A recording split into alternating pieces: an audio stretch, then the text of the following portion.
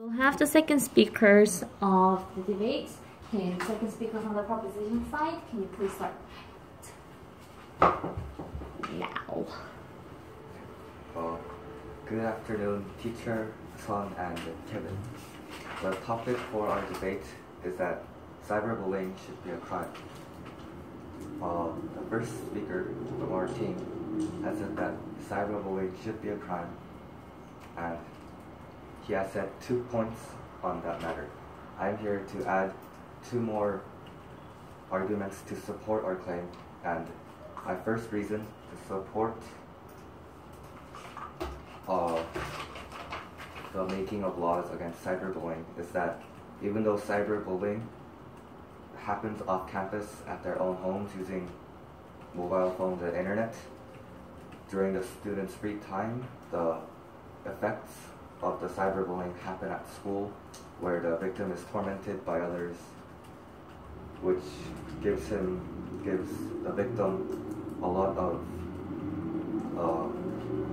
psychological stress and pain to the victim, which will make him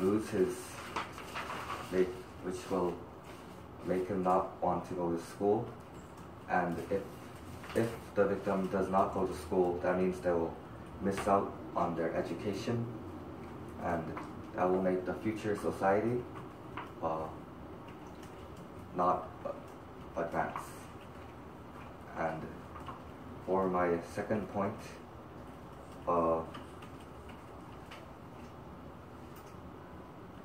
cyberbullying, my second reason that the victims of cyberbullying deserve legal protection is that a significant amount of pain and psychological trauma can lead the victim to harm themselves or others by suiciding or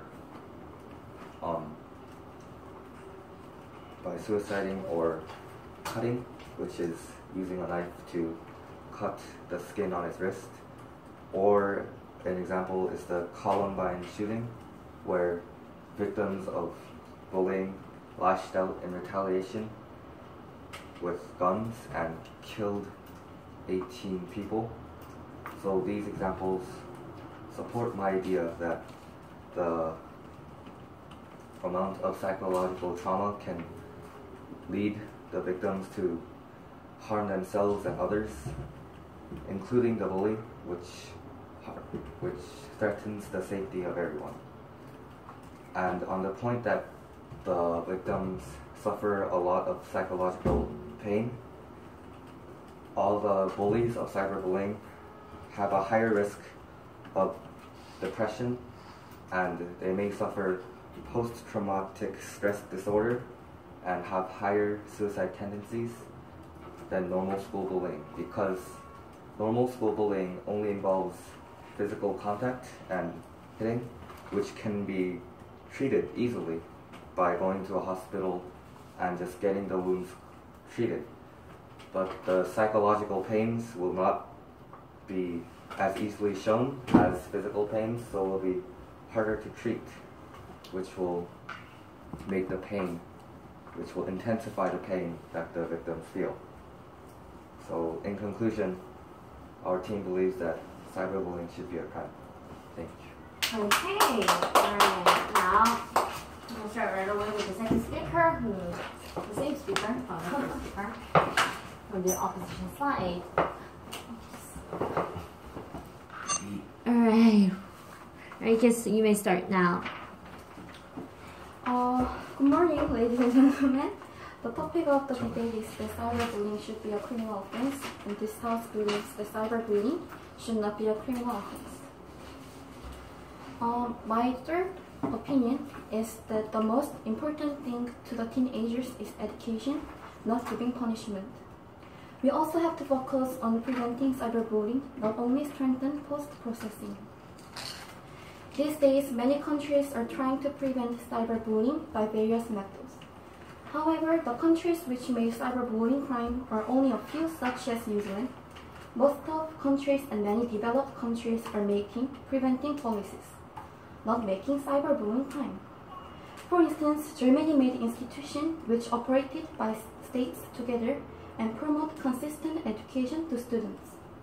Also, Australia government made agency called Cybermate and trying to have continuous education to potential students.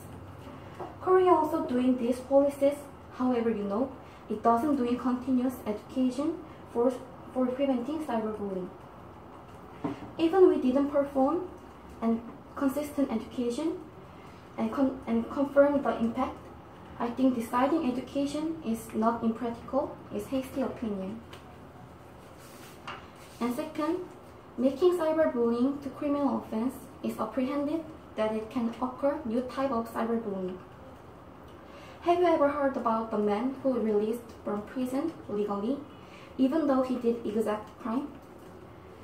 He could do this behavior because he knew all law about his case and there was a legal loophole, then he used it and released from prison.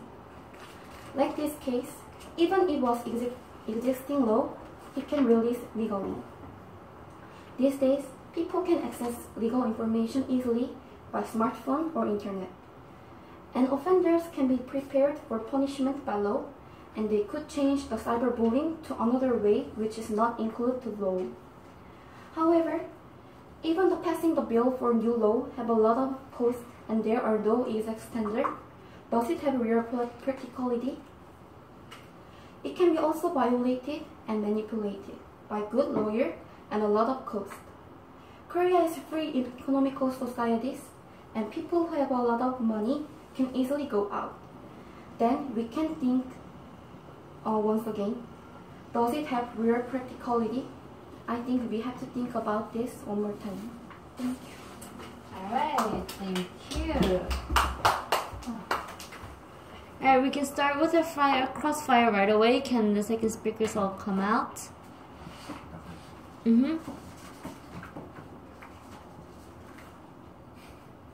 Okay. The proposition team gets to ask first. Okay. Yeah. You may start now. You said that education will prevent cyberbullying, and criminalizing cyberbullying is only an act that happens after. But for your example in Korea, the education is not continuous, but it has been cut off. And I think there is a reason that it is cut off, and that reason is that it's not very effective. And even surveys at school, kids do not reply honestly about who's the bully and who's the victim. So I think that education is not an effective way to prevent cyberbullying, and criminalizing it will actually prevent it better. I wanted to say, I made this example because I wanted to say we also have to focus on preventing cyberbullying, not only strengthen our post-processing. Criminalizing the cyberbullying is one of the ways to strengthen post-processing. But I think we have to focus on preventing cyberbullying first. And how you think about this? I think that criminalizing it will help in preventing cyberbullying by having one bully being punished through severe laws that were placed, and the other bullies will see that one bully being punished severely, and they will think twice about ever doing cyberbullying again. So it will spread without causing much damage to the bully's future, and it will prevent cyberbullying. But however, by looking some cases like making cyberbullying to crime, the countries which made cyberbullying crime is only a few, such as New Zealand, and I think there are some reasons why they didn't do the cyberbullying to crime.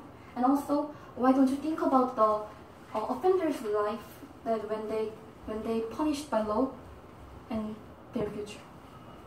I think that when the offenders must face the consequences of their actions by tormenting lives of many others, and what they get is what they deserve. And even if they go to a juvenile center, it's not really destroying their lives as the bullies did to the victims by giving them psychological pain. It's just giving them time to reflect on what they did. However, victims and offenders are both students and they have right to educate. Yes. Alright, thank you. Okay, let's all. Alright, this was our second.